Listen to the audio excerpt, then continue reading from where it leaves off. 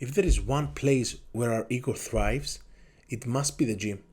It's extremely typical to see people lifting weights they can't handle to impress people they don't know. I was guilty of that in the past, but even nowadays, that same voice of my ego is still in my head. It's not a matter of shutting it down altogether, it's a matter of controlling it. Today, I was supposed to do a heavy single on the clean movement. I am currently on week 4 of my Strongman preparation program, which is the peak before the start of a new block. My body was feeling sluggish and fatigued from the previous weightlifting session this week, despite the 2 days of rest I had in between. Heavy clean and jerk, heavy squats and deadlifts took a big toll on my recovery, so I knew this session would be a fight. My expectation was to clean 135 kilos, so I started warming up for it. Warm-up sets moved alright in terms of technique, but I could tell I wasn't producing as much power as usual.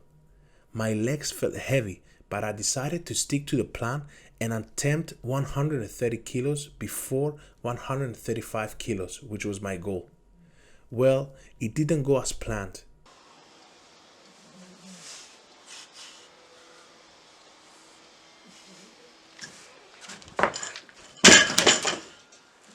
All around me are familiar faces, worn out places, worn out faces.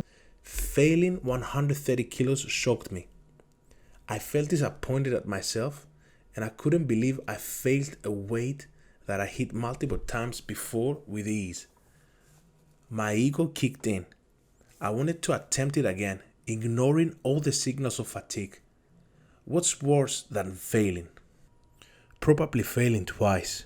That's where I started coming to my senses and started seeing how insensible and foolish I was getting. I quickly unloaded the bar and proceeded with the rest of the workout. Personally, I think our egos are always operating alongside with our decision making. Sometimes it can take the best of us and make us feel like total failures or even hurt us if we decide to keep pushing through failure. Through the journey of lifting, I learned a lot about my character and how to control my ego and prevent it from operating unconsciously. If the same scenario happened to me 2 years ago, I would probably still be in my back garden attempting and failing that 130 kilo clean until now. My thought process had changed. Now I can put things into perspective and stop being short-sighted. I know that failing this lift today is insignificant to my long-term goals. I understand that a bad day in the gym is not the end of the world and won't let myself get hurt, so I'm able to lift another day. If it's one thing you take from this video, is to acknowledge your ego and stop it from taking over for things that don't matter in the long run. Moving on in my workout, I was able to hit my squat numbers and also got a personal record on the push press with 115 kilos for 5 reps.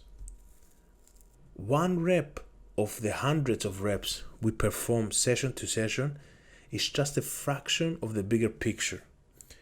Today, I chose to take my focus away from the failed rep and shift it towards getting shit done. In return, I got a personal record on my push press and I'm still alive and healthy to lift again. Focus on the end goal and keep in mind that failure is part of the success. Thanks for watching this video and please subscribe to the channel for more Strength Habits content.